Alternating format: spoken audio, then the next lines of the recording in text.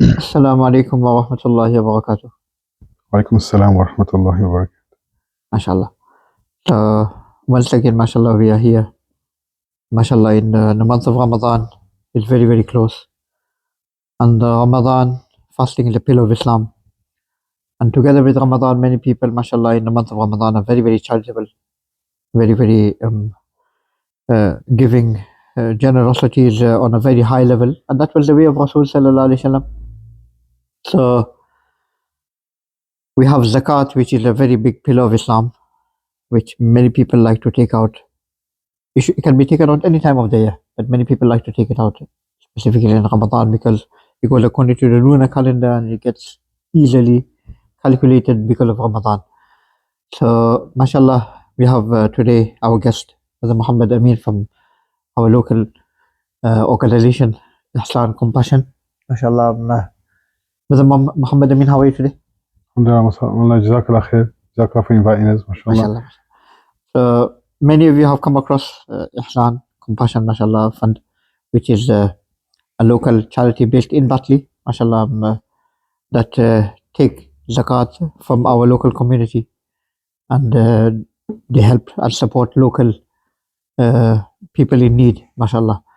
So, Brother Muhammad Amin, mashallah, how has your journey been with Ihsan, and can you tell us a little bit about Ihsan and how it's set up, etc.? Bismillah wa salatu wa salam ala Rasulillah. Jazakallah khair, Mawlana, for the invite. It's very much appreciated. Ameen. Mashallah, the podcast is going from strength to strength. Ameen. And it's good to see that you've invited us, mashallah. The Academy has been doing some excellent work. If you remember from 2021 when COVID started, mashallah, we did the food bank and we saw there firsthand how many Muslims unfortunately were in need. Definitely. Recently, you've also launched the food bank. I've also seen yesterday, mashallah, you launched the program to support people who need iftar and suhoor. Yeah, the thing that really got me inspired because of that was the podcast we did just, I think, yesterday. Yeah. So he mentioned one or two stories about people who are struggling with the suhoor and iftar in UK. He mentioned somebody in Manchester and he mentioned one or two other places. He said that he went there to do zakat workshop and a person who regularly comes to the masjid, he was just doing his iftar with just tea and biscuits. He couldn't afford anything else. So I said, subhanAllah, many people, they do this iftar packs and this, feed a person, help a person to iftar in other parts of the world, which is very good. Mashallah, we should be generous and to everybody all over the world. We are one ummah. But we shouldn't neglect the people who are around us. Sometimes, because in this country it's not norm, so people, they feel shy to come forward. With your work, sometimes, they feel very shy that I need it, but I don't know how to approach this. So like we tell people, so that's why we thought that this Ramadan, instead of just personally, my mindset is that we should always just be a masjid who is always asking for donations. I want to offer things to community. We are here for you. If you need help in any way, support, financial help, spiritual help, emotional help, moral help, whatever support you need, we are here for you. Inshallah. That's the type, rather than just being like a masjid that just, give donation. These are the services we can offer. And alhamdulillah, we have many people who have problems, mashallah, they come here, revert brothers who feel very lonely, they come here, and people like that. So so that is something which I got inspired. Then after that, I was thinking about it, last night that, what can be done. Then just today morning, then I spoke to one or two people and I said, let's do something like this. Inshallah, if anybody come forward. Inshallah. So, so sorry for digressing. So alhamdulillah, Ihsan Compassion Fund was set up late 2018 by local scholars in Batley and Dewsbury. And it's probably a good point to mention that people always say the scholars are not in touch with the reality on the ground, but mashallah, the scholars took the fikr and the worry, alhamdulillah, set up the charity. Primarily, Ihsan Compassion Fund is a zakat distributor, zakat being one of the pillars of Islam. We distribute zakat, so we take from those who have and we distribute to those who don't have. We have a special focus in and around North Kirklees, around Kirklees area, I should say, but we also support people who come from outside these borders as well. So you support not only Batley, but other areas? We are trying, and I think Mullah Abu Bakr touched on it yesterday as well, about really localizing zakat and really following, adopting the sunnah. So it's something that we're really focusing on. And alhamdulillah, we work with NZF and other distributors to really take applicants from our local area and we cover them. Ihsan Compassion Fund is run by 5 trustees, run by 5 part-time staff. Alhamdulillah, we work on a fully hybrid system. Previously, we had an office, but now we work completely remote. And essentially, we take applications, we process applications, we run through them, and if somebody's successful, then we would support them with cash grants. So if anybody wants to apply for Ihsan, then they cannot just walk in anywhere. They have to call you or they have to do online. And I think this is one of the misconceptions that people have, especially for local zakat. How does the system work? Is it just a case somebody asks you, I'm in need, and you give them money? What we try to do, we try to have a balance. On the one hand, you have the applicant, they're going through a very difficult time. We want to maintain their dignity. We don't want them to feel like, you've been really questioned and we don't trust you. We do trust you, but unfortunately, we live in a society where fraud and so on is rife. And also we have Charity Commission guidelines that we have to need to do verification. And one of the other key ones is maintaining donor confidence. So our donors feel that, if I give you my zakat, you are distributing it in the sound manner. In the right way. So the way in which we work is, we have 2 entry points. The first entry point being a paper application form.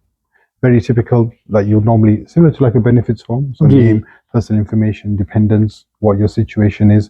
And we ask for a number of evidences. Once we get the application form, we then process that 4 times. So we have an initial assessment, we have a casework, we have a second eyes on the casework, and then we also have a panel of trustees who would go through and assess and verify. If somebody's eligible, we would support. If somebody's not eligible, then we wouldn't support. And we obviously use the system of NISAB to understand eligibility. So how quick or how long does this process take?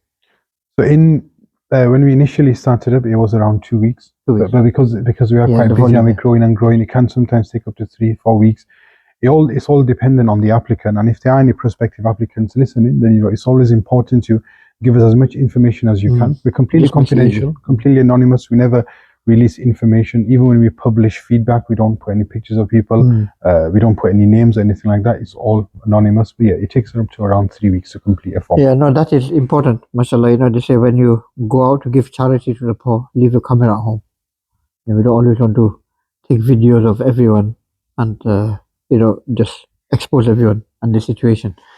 It's not good to be in that situation. Alhamdulillah, mashallah, I have been trying to follow some of the work of Ihsan, mashallah, for the last few years, and mashallah, I've been quite impressed, mashallah, with the work that you guys are taking, mashallah. May Allah reward you.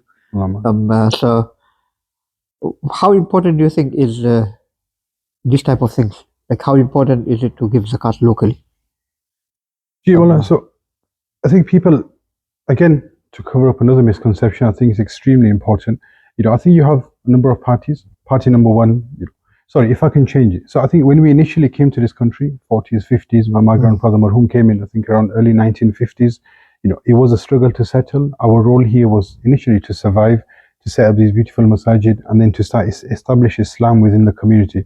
And I think second generation, our parents, mashallah, as they started to earn money, started to settle in, they started to send the zakah home, back home in India, Pakistan, Bangladesh. Mashallah, where we are now, and it's testament to the amazing work brothers have done. You can open up your phone and you can make a donation to any country, any project in the world, wherever you wish to donate, you can make that donation. However, it's also important to remember that there are people at home who are struggling as well. Some of the statistics Mullah mentioned yesterday, Muslims are the most deprived. Muslims are the most affected when it comes to poverty. So the 100%, there definitely is a need here, and we have to address it. And it's not a case of, on one side of the scale, you've got international projects, Palestine, Sudan, so on and so forth. On the other side, you've got local. Rather, we should come together and understand if somebody's mustahiq or eligible for zakah, we should support them wherever they are. And it's almost an honor for us to know that there are systems like this that we can support. Somebody who you might be praying salah next to, somebody who might be your cousin, you don't know, I can't tell you that there might be somebody in your family who has applied. In this area, if you can call it Central Batley, we've got many applications. A couple of streets away, we had a sister whose husband passed away. So now a widow who's lost the main breadwinner of the family. Alhamdulillah, we were able to support there. We've had large families. Just up the road here, there's a large refugee family who have come in as well. Again, big crisis that we're facing now. More and more people are coming into our country. And unlike what we read and hear, it's not the case that they come and the government gives them everything. The government gives them a basic stipend, and Yeah, it's up to the it's a Muslim process, community. Mm. And they have the belief that if I come here, there's a Muslim community here, and they can help me. I think on the face of it, if you look at where we live, you see, mashallah, big businesses, takeaways, restaurants, fancy cars, people dress nice, and you think, there's people out here are paying 10, 15 pounds for a burger.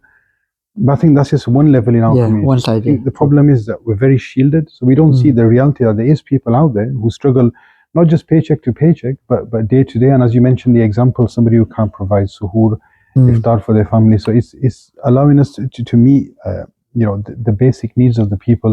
And Mullah, you know more than most because you're quite in touch with reality.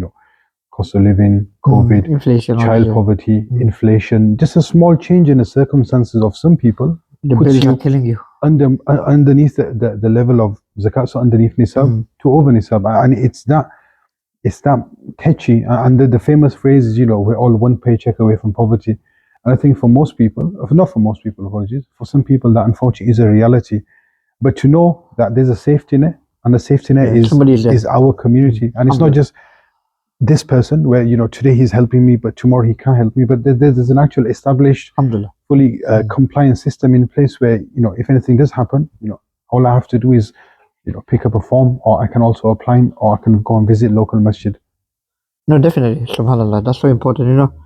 The ulama, in the books of fiqh, you find the masla where they tell you that when you go out with the zakat, give it to the closest person you find who's in need. The people of the area. تؤخذ من أغنيائهم وترد على فقرائهم. Take it from the rich of that area and give it to the poor of the same area. Yeah, if you've got, like you mentioned, relatives in other countries and people who that's we need to look after them as well. But besides that, the people who are closer to us have more right. Of course, family members, our ascendants, descendants, parents, grandparents, children, grandchildren, we are not allowed to give them zakat. But if there's our cousins who are in need of zakat, we should look after them. Sometimes a person in this capitalistic type of world, sometimes a person he's got a house and he's thinking of buying another house, but the guy next door he's struggling to have food. He's got a car, he's thinking of buying another car, but the guy next door is struggling. These are the type of world we are living in, how we mentioned. So the Prophet sallallahu alaihi wasallam, one day in the hadith of Rasul sallallahu alaihi wasallam, Mushta bin Namar, the hadith where he comes, but the Prophet sallallahu alaihi wasallam, he was in Medina Munawwara, and in the afternoon, this group came, and they were very, very poor. Group of people, certain tribe, they came, and they were very, very. They didn't have enough clothes to cover the body.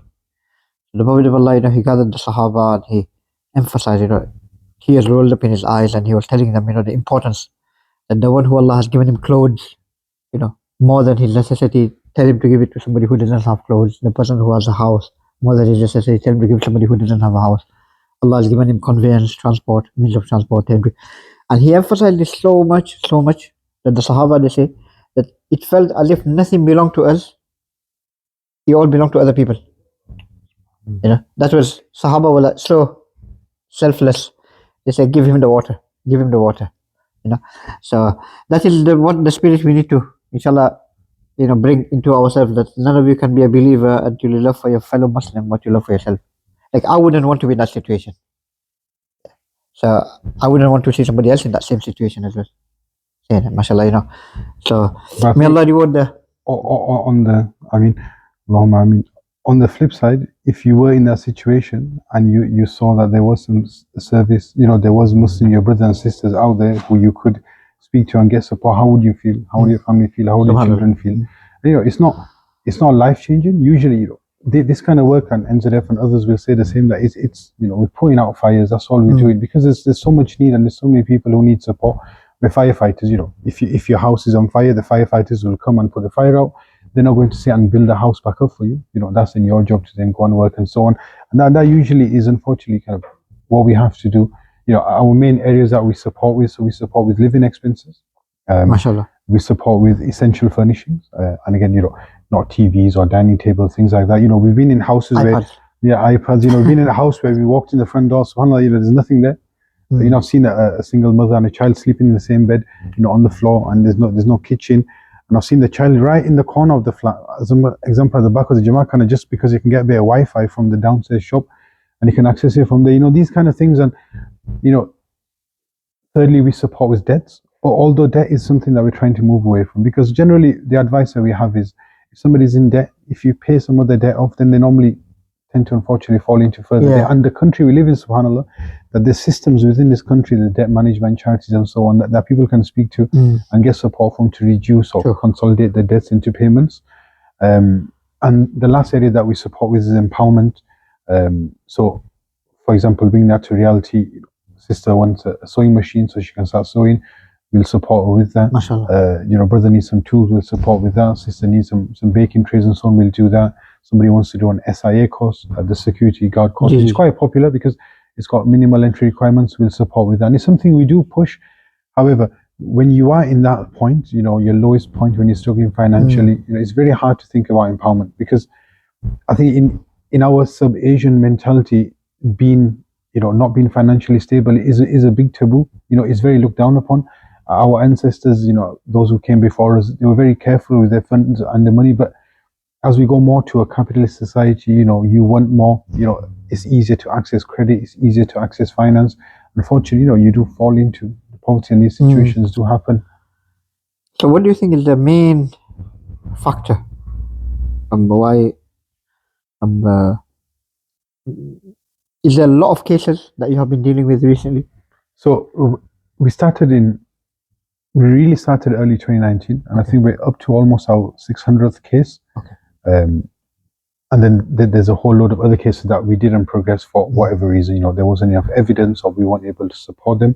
But if I could change the question and answer it in terms of the types of people that we support.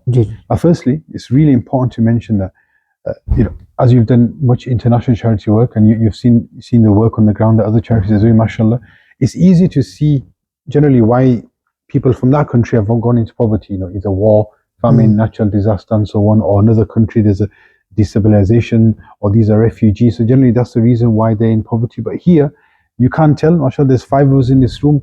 If according to statistics, one of us is unfortunately in poverty, and you don't know who you're praying namaz next to.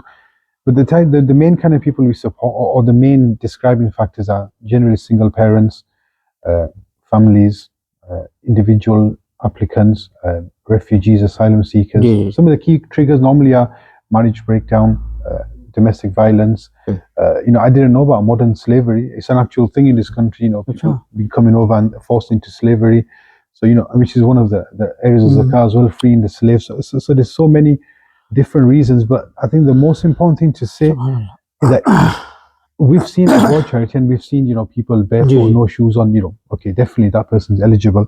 But in this country, you know, you don't have, or where we live here in our Western society, it's not the case that you've got nothing, you've got no clothes, you've got no shoes, you know, you've just about covered your modesty, therefore you're eligible for zakah. Or you're living on the street and you have nothing, therefore you're eligible. It can be the case that everyday person can fall into these struggles and be eligible for zakah.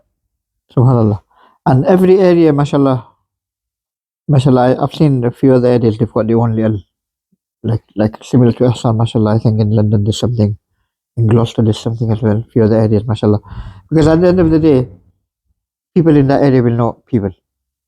You know, some people, you know, they might not, like Allah says in the Quran, لِلسَّائِلِ وَالْمَحْرُومِ. Certain people, they will ask you, some people will not even ask you, but they know they're eligible. So, you know, like there's that hadith in which the person, he came in the night, he said, today I'm going to give sadaqah, and he quietly gave into the hands of somebody. So sometimes, you know, if a person wants to give secretly, so what I would like to highlight is, mashallah, you've been running since 2019. Do you think the need for these kind of things is growing, or is it stabilizing, mashallah? So when I was looking at some statistics from around 2016, and Muslims being the most disproportionately affected in the UK, and some of these areas that we live in being kind of some of the worst affected and low poverty areas, I would say, based on the work that we do and the cases that we see, that the need it can only ever increase. You know, petrol used to cost £1 a litre or £1.20 a litre, a couple of years ago. Milk used to cost £1 a litre. Everything's going up. Generally, wages are stagnating. You have inflation. We have global conflicts. You see now that the government is trying to pull away from supporting refugees, asylum seekers, and not just that, but people who are on benefits, universal credit, PIP. Money's being reduced or money's being taken away, being forced to go out and going to work. And there's a real stigma in a Western capitalist society that, we don't carry the burden of poor people, just push them by the wayside. And we all idolize, the millionaires, the billionaires, and so on, and the people that are successful. So definitely, Hazrat, the need is massively increased, and it's only going to increase. But mashallah, at the same time, the collective wealth of the Muslims is generally, you could say, increasing, mashallah. We have more and more establishments coming up, and things like this. Whereas a couple of years ago, it was generally unheard of in our area. Now, mashallah, people understand and people know about it, and we see local people coming. For example, we even see now imams in some cases applying as well. So our applicant pool is growing exponentially, and with podcasts such as this, and with the support of local scholars such as yourself, it's only going to increase. Inshallah. No, Allah reward you, Allah bless you, mashallah. We have some problem here sometimes about, parents who come to, who send their children in the madrasa sometimes. They struggle to pay fees. Like, not many, just a few, 4 or 5 cases here and there we've had. Some in our madrasa, some in other madrasas as well. So do you support with these kind of things as well? Just today, I was just speaking to a masjid in Dewsbury, where we paid some of the fees that were outstanding for an applicant, and we have quite a lot of cases of those. As you know, masjid fees are not what they were. For whatever reason, they have to be at the level that they are because the cost affect masjid as well, gas, electric, so on and so forth. So we do see that, and it's a fikr of the parents that we may not have much, but we still want to make sure that our children can get education. So how do you verify that? Because I just tell you truthfully, I'm not being judgmental, but this is what happened with me. Once one parent they came, we told them that these are the madrasa fees and everything, and they were saying, "Oh, we can't afford it. It's too much for us." This and that. Although, like, if you look at all the madrasas in the area, our fees is the most cheapest. We've just kept it very cheap. Yeah, even if we just last year we increased it a little bit. And even then, it's very, very cheap compared to other madrasas. And so then the father was saying that, I don't have money, I struggle, this and that. And I looked at his car, and it's a really good car. So I told the father that, mashallah, you've got a nice car, so I'm sure you can pay the fees. He said, oh no, it's just one of, I said, brother, look, it is an investment you're putting in a child. Every penny you spend towards, the education in a madrasa, you'll get a reward for it.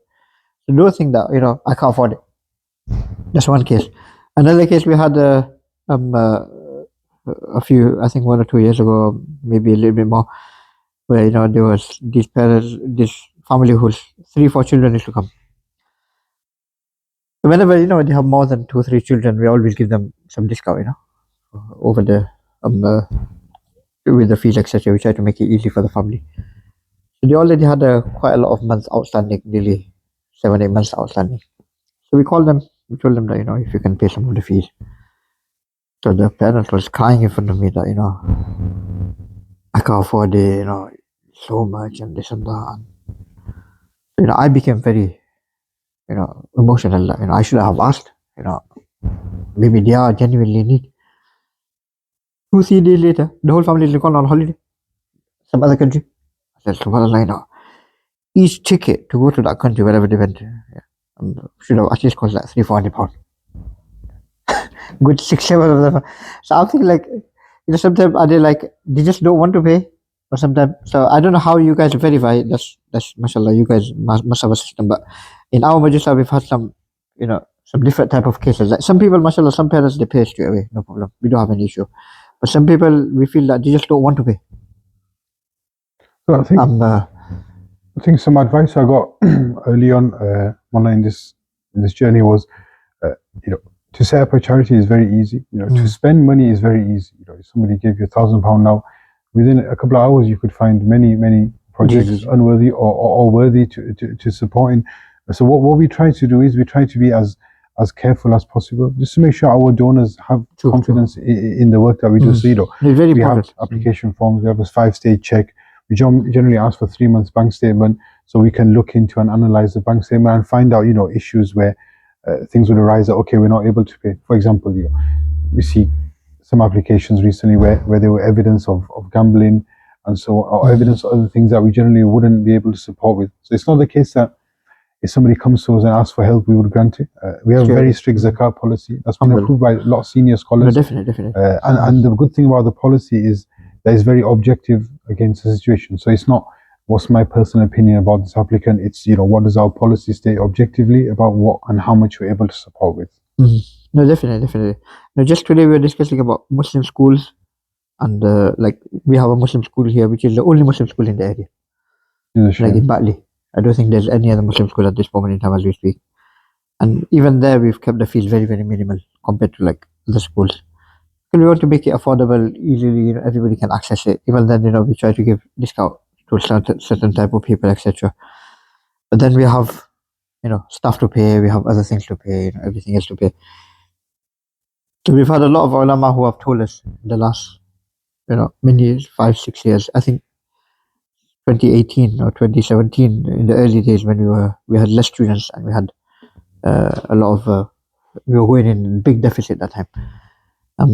Some ulama, some local muftis, they told us that please, consider taking zakat for these kind of things. But until today, alhamdulillah, we've never tried to go into that thing. But like a lot of, we see people coming from India, Pakistan, Bangladesh, all these places, and they are running their own big institutes from here with which our community give. So if the institute in that country can be run with our money, why are the institutes in our country struggling? Which is for our own generation, something to think about. This is just like, no, I mentioned it, I think yesterday or the day before. He said we like a small masjid, not a very big masjid. This year, for the last few months, I've been, just 2-3 people they're phoning me as well to come and do collection here, Chanda, give us a date in Ramadan. We want to. Over 200 people must have phoned it. So some of the time, I look at the report and everything, and I said, subhanAllah, your building is better than our building. You should be giving us zakat. We are struggling just to change the window here. We are struggling just to, and so, alhamdulillah, Allah has given us enough wealth in the ummah. The ummah has so much wealth, subhanAllah, like I mentioned. If it can be spent in the right way, that is also, one thing that Allah will ask on the day of Qiyamah. That, amongst the 4 or 5 questions that a person will not be able to move until he answers them, is one of them is, where did you earn your wealth from? That's one. And another question, where did you spend that wealth? Many people say, with my money I can spend whatever. And it's a aman Allah has given us, and mashallah, we need to look after the ummah, we need to look after our community, we need to look after organizations like Ihsan, mashallah, who are doing good work amongst our community. So do you think, mashallah, we need to support, we need to have more organizations like Ihsan? Like what I was thinking, that every masjid, how they have like a little committee, they should have a little zakat for the local people. Yeah. What do you think? Like, every masjid has a madrasa, every masjid has a little, a committee or community, whatever. They should have a little zakat thing. That, every person in that community, who wants to give zakat immediately around the masjid, they should come and give. And then whoever is in need, people can verify, we do the checks, and then, the local people will know, exactly the situation, and then they can. What do you think? So I don't think we should have. I think in reality we should have less organizations like this, and the reason why I feel that is just as you said, the masjid should be the focal point, for people to come to, for not just their spiritual needs, but their physical and their monetary needs as well. And it's unfortunate that since we started, we have tried to engage with masajid on many occasions. We've had some success. MashaAllah, Al-Hashim is one of them. If you recall, a few years ago we came and spoke to you upstairs. MashaAllah, your respected father was there as well.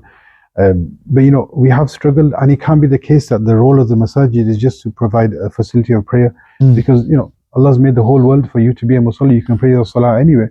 The masjid should also, the person should feel that I'm struggling. Where do I go? Yeah. My faith is True. taking me to the masjid. Subhanallah. I shouldn't be guided to the job center or anywhere else, or having to go to the church, food bank, and so on. When I know that my Muslim brothers and sisters are here, and I should be able to access them for support. We shouldn't feel, and we shouldn't see, mashallah, the masjid is getting more and more beautiful. There's more flowers are being added. Mashallah, the carpet is this thick. In reality, that the beautification of True. these physical things, who do they really serve?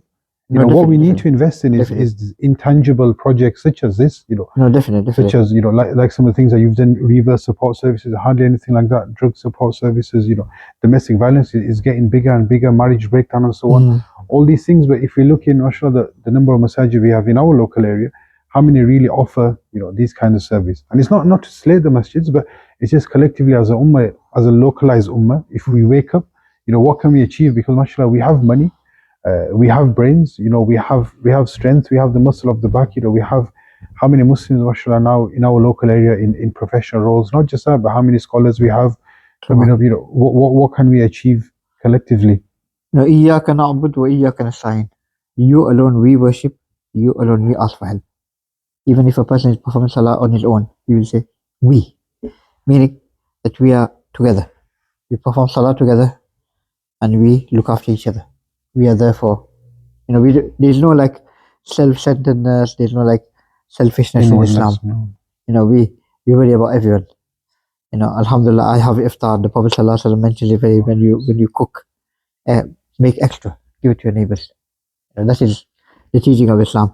So subhanallah, may Allah reward organizations like Ihsan, subhanallah, and the good work that they are doing, and subhanallah, whoever Allah has given to, support, charity begins at home, support our local organizations like Ihsan, mashallah. And if anybody is in need in any way, inshallah, don't hold back. Contact organization like Ihsan, inshallah, and they will try as best as they can through the process that they have, mashallah. They are doing fantastic work and they have been doing for the last few years.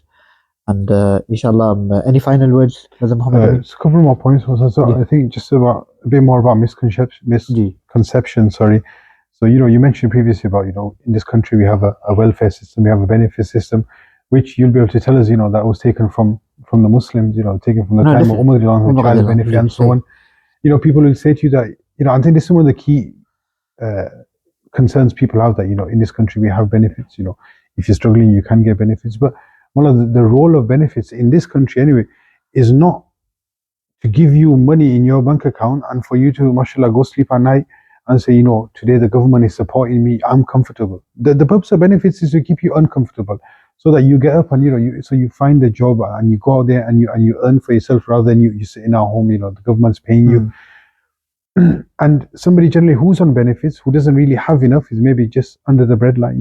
Tomorrow his fridge breaks, tomorrow her car breaks down, tomorrow they have some damp in the house, windows smashed, and it's these small things. The price of milk changes over time.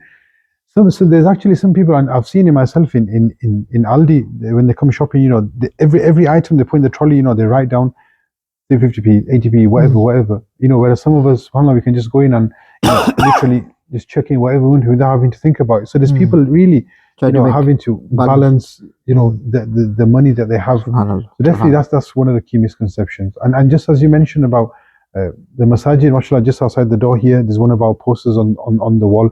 Brother Farhan, local Sati, he's one of our community welfare partners. So recently what we tried to do is, rather than if somebody doesn't want to come and apply to us directly, what they can do is they can speak to people in their local area. So there's brothers' details, sisters' details are advertised. They can contact them for a confidential chat, just to generally get the support. And how beautiful is it that you left the masjid, you left your house, you walked to the masjid, you were struggling, and you came to your masjid and you seen the sign there. You thought, subhanAllah, Allah's accepted me. You made the call, and by the time your salah is finished, you have a plan. You have one of these. You have a plan of action of what you need to do. And this is really what we need to get to show that even in this Western capitalist society that we live, the concept of zakat, which was founded when our pillars were established, that is still relevant, and it still has a massive role that it can play. Because we can say whatever we want, how intelligent or clever we feel we may are, but all of this is just based on that pillar of Islam, or of zakah. Those who don't have under the level of nisab, and those who are over, purifying their wealth by way of giving to the poor.